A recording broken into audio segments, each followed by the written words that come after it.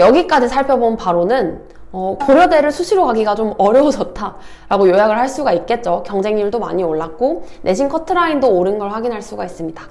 자, 그러면 이게 왜 이런 일이 벌어졌는지를 한번 살펴봐야 우리가 대비를 할 수가 있겠죠. 그래서 지금부터는 경쟁률과 내신 컷이 오르게 된 것에 대한 이유를 살펴보도록 하겠습니다. 자, 첫 번째 이유는 모집 인원의 감소입니다. 아무래도 지금 인서울대학 기준 정시 40%, 수시 60%를 맞추는 추세라서 대부분 대학에서 수시 정원이 조금씩 줄어들기는 했어요. 근데 특히나 고려대학교가 수시를 줄인 폭이 굉장히 큰 편입니다. 고려대학교가 원래 수시에서 굉장히 많이 뽑고 정시에서 상대적으로 적게 뽑던 학교였어서 6대4를 향해 맞춰가는 과정에서 특히 정시 인원이 많이 늘었고 수시 인원이 좀 많이 줄었어요. 그래서 구체적으로 살펴보면 짠! 자, 지금 보여드리는 표가 최근 3년간 고려대학교 모집 인원을 가지고 왔고요. 학종에 한해서 가지고 왔습니다. 자연계부터 살펴보면 특히나 아까 경쟁률이 많이 올랐던 게 21학년도랑 22학년도 사이였죠. 21학년도랑 22학년도를 살펴보면 모집 인원이 거의 다 줄었어요. 지금 다 이제 파란색으로 정원이 줄어든 걸 확인할 수가 있죠. 생명과학도 30명에서 22명으로 줄었고 아까 그 보건과학대학 3대장 바이오 의공 바이오 시스템 의과학, 보건환경융합과학도 다들 이제 21명에서 16명, 35명에서 26명으로 줄어들었습니다. 그리고 공대도 마찬가지예요. 기계공도 42명에서 30명으로 줄었고 신소재공도 41명에서 29명으로 줄어들었습니다. 그리고 22학년도랑 23학년도를 보면 대부분 똑같아요. 대부분 똑같고 일부 조금 늘었죠. 환경생태공학이 3명 늘었고 신소재공도 2명 늘었고 반대로 보건환경융합과학은 9명 가까이 줄었고 그래서 미묘하게 차이는 있지만 대부분 비슷합니다. 그래서 이제 여기서 확인할 수 있는 건 수시 모집 인원이 21학년도에서 22학년도로 갈 때 차이가 좀 컸다. 이게 경쟁률이 오르는데 조금 영향을 미쳤을 수도 있겠다라고 생각할 수가 있겠죠. 다음으로 인문계열을 살펴보겠습니다. 짠! 자, 먼저 경영학과부터 보면 108명에서 84명으로 24명이나 줄었죠. 그래서 감소폭이 조금 컸어요. 다음 경제학과도 40명에서 29명으로, 정치외교도 24명에서 17명으로, 국어교육과는 14명에서 9명으로 줄었네요. 사범대가 다 정원을 좀 많이 줄었고 지금 나와 있는 학과들은 전부 다 모집 인원이 줄어들었습니다. 예외 없이. 그래서 모집 인원 감소폭이 21학년도에서 22학년도로 갈 때 굉장히 컸다. 22학년도랑 23학년도를 비교해보면 다 인원 변동이 없죠. 그래서 여기까지 살펴본 바에 의하면 모집 인원의 감소가 직접적으로 수시 경쟁률이 높아지는 데 영향을 미쳤다고 해석할 수가 있겠죠. 그래서 여기까지 살펴보면 자연계열이랑 인문계열 공통으로 수시 경쟁률이 폭등하는 데는 모집 정원이 줄어든 것도 직접적인 영향을 미쳤다라고 분석할 수가 있겠습니다. 다음으로 두 번째, 교과 학종 사이의 중복 지원 허용 여부가 경쟁률에 영향을 미칩니다. 자, 이건 고려대학교에 해당되는 이야기인데요. 수시에도 교과 전형이 있고 학생부 종합 전형이 있죠. 이 두 개 전형 간에 중복 지원을 허용하냐 안 하냐에 따라서도 경쟁률이 조금 다르게 나타납니다. 21학년도에는 학종 경쟁률이 상대적으로 낮았죠. 21학년도 모집 요강을 보면 교과 전형과 학종 전형 중 한 개 전형만 지원 가능하다고 나와 있습니다.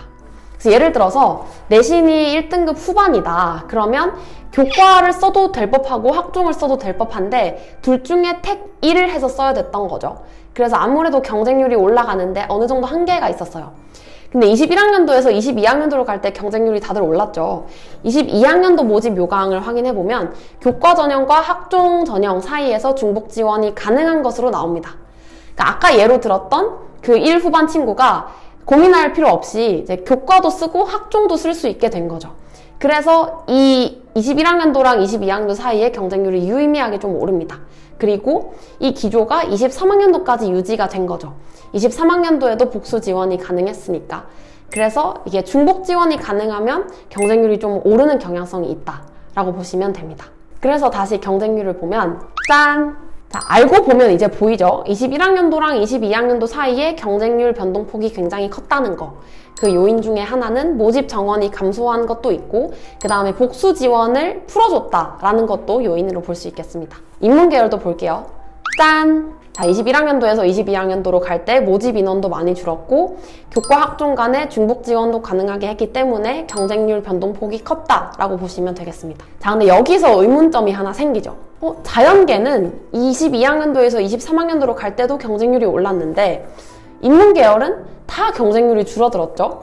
그래서 왜 인문계랑 자연계 사이에서 이렇게 경쟁률 변동이 생겼을까 하는 궁금증이 생길 수 있을 것 같은데 혹시 생기시나요, 여러분? 그래서 자연계랑 인문계 사이에 왜 이런 차이점이 나타나는지를 살펴보겠습니다. 세 번째, 자연계랑 인문계 학생 수 변동입니다. 결론부터 얘기하면 인문계열 수험생 수는 조금 줄었고 자연계열 수험생 수는 조금 늘었어요. 자, 요거는 수능 응시자 수를 통해서 살펴보고자 하는데요. 그 중에서도 수학 선택 과목을 통해서 보고자 합니다. 아주 정확하진 않겠지만 수능에서 확통을 신청한 학생들을 인문계 학생 수로 해석하고 다음에 미적이랑 기하를 신청한 학생들을 자연계 학생 수로 해석을 해서 한번 보겠습니다. 물론 인문계열 학생들 중에 미적을 보는 일부 학생들이 있을 수는 있지만 경향성을 보는 차원이니까 이해를 해주세요. 짠! 자, 인문계열 수험생 수부터 보면 22학년도에서 23학년도로 올 때 확통 응시자 수는 16,797명 감소했습니다. 그리고 다음으로 자연계열을 보면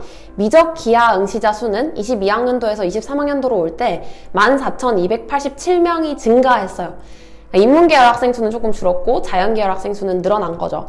심지어 전체 수능 지원자 수가 1,791명 줄어들었다는 걸 보면 이과 학생 수가 늘어났다는 게 조금 더 유의미하게 다가오죠. 물론 이것 때문에 고대 학종의 자연계는 경쟁률이 올랐고 인문계는 경쟁률이 떨어졌다라고 보기는 어렵겠지만 지금 이제 입시판의 경향성이 자연계열 학생 수가 좀 많아지고 인문계열 학생 수가 좀 줄어드는 방향으로 움직이고 있다라는 건 확인할 수가 있겠죠. 아무래도 최상위권 학생들 사이에서 의치한약수 선호도가 올라간 것도 한 몫을 하는 것 같고 그리고 이제 N수생들이 많이 늘어났는데 그분들이 의치한약수를 마찬가지로 목표로 하고 들어오는 경우가 많아서 자연계 응시자 수가 좀 늘어난 게 아닐까 싶습니다. 그러면 다시 이제 고려대 수시 경쟁률도 돌아와서 인문계열 학생 수가 줄어든 것도 맞는데 그렇다 쳐도 인문계열 경쟁률이 너무 많이 줄어든 것 같다. 또 다른 이유가 없나요? 라고 하시면 있습니다. 바로 네 번째 요인인 수능 최저 충족 비율인데요. 고대 학종의 특징은 학종인데도 수능 최저 학력 기준이 있고 심지어 굉장히 어렵다는 거죠. 올해 기준으로 자연계열은 4합8이었고 인문계열은 4합7이었습니다. 그래서 인문계열 학생들은 수능 최저 충족이 조금 어려워서 아무래도 경쟁률이 조금 더 떨어진 것으로 보여요. 자, 인문계열부터 2개년 자료를 비교해 보겠습니다. 짠! 일단 21학년도랑 22학년도를 비교해보면 경영대학 같은 경우는 수능 최저 충족 비율이 69.8%였고 22학년도에는 54.6%로 줄어들었어요. 많이 줄어들었죠. 문과대학 같은 경우는 21학년도 46.7%에서 22학년도 29%로 줄었습니다. 그러니까 대부분 모집 단위에서 수능 최저 충족 비율이 많이 줄었어요. 이 사이에 수능 수학이 통합돼서 인문계열 학생들이 수능 등급을 따기가 좀 어려워진 것도 한 몫을 했죠. 심지어 작년에는 영어까지 어렵게 나왔으니까. 그래서 올해 인문계열 경쟁률이 떨어진 데에는 아무래도 실제로 애들이 최저 충족을 잘 못하기도 하고 정서적으로 이 4합7에 도전하려는 의욕을 많이들 상실한 것 같아요. 4합7이 너무 어렵고 내가 실제로 모의고사에서 이걸 충족한 적이 없다 보니까 지원 자체를 안 하는 거죠. 자연계열을 비교해보면 자, 여기 표가 뜨죠. 자연계열은 인문계열에 비해서 최저 충족 비율이 별로 안 떨어졌어요. 생명과학대학부터 보면 77.2%에서 74.5%로 소폭 떨어졌고 공과대학은 78.5%에서 72.3%. 근데 사실 자연계열 학생들은 수학이 통합됐으면 최저 충족 비율이 올라가야 되는 거 아닌가요? 라고 생각하실 수도 있는데 사실 22학년도에 영어가 너무 어렵게 나왔어요. 그래서 최저 충족률이 소폭 떨어진 것으로 보입니다. 여기 충족 비율이 높은 21학년도에는 영어 1등급 비율이 12.7%였고 22학년도에는 영어 1등급 비율이 5%밖에 안 돼서 영어 1등급 비율이 너무 많이 줄었죠. 그래서 4합을 충족시키려면 무조건 영어를 포함시켜야 되니까 영어 난이도 때문에 최저 충족 비율이 조금 떨어진 것으로 보입니다. 그 다음으로 다섯 번째, 마지막으로 살펴볼 만한 건 고려대 안에서도 계열별로 선호도가 조금 갈린다는 건데요. 메디컬 선호랑 약대가 들어오면서 생명 관련 계열의 경쟁률이 굉장히 많이 올라갔고 공대 경쟁률이 조금 떨어졌어요. 짠! 자, 22학년도에서 23학년도로 올 때는 모집 인원의 변동도 거의 없었고 그 다음에 중복 지원 여부에도 변동이 없었으니까 경쟁률이 널뛸 만한 요인은 사실 없어요. 경쟁률에 변동이 있다면 그건 학생들의 선호도 때문인 건데 아무래도 학과가 생명이랑 관련이 있다 하면 경쟁률이 다 올랐고요. 공대랑 관련되어 있다? 그러면 경쟁률이 다들 조금 떨어졌습니다. 근데 이게 수시에서만의 특징이에요. 수시에서만 생명 관련 학과들이 터지고 공대가 좀 떨어지는 거고, 똑같은 고려대도 정시로 넘어가게 되면 공대에 소속되어 있는 학과들의 선호도가 훨씬 높습니다. 작년 고대 정시 커트라인 기준으로 보면 이제 반도체 컴퓨터 데이터가 가장 높고요. 그 다음으로 오는 게 전기전자, 스마트 보안, 자전, 신소재공, 화공 뭐 이 정도가 오고요. 기계공까지. 그 다음으로 오는 게 생명공학이랑 바이오의공학부예요. 그래서 정시로 가게 되면 오히려 생명 관련 학과들보다 공학 계열의 선호도가 높지만 수시로 오게 되면 생명 관련 학과들이 터집니다.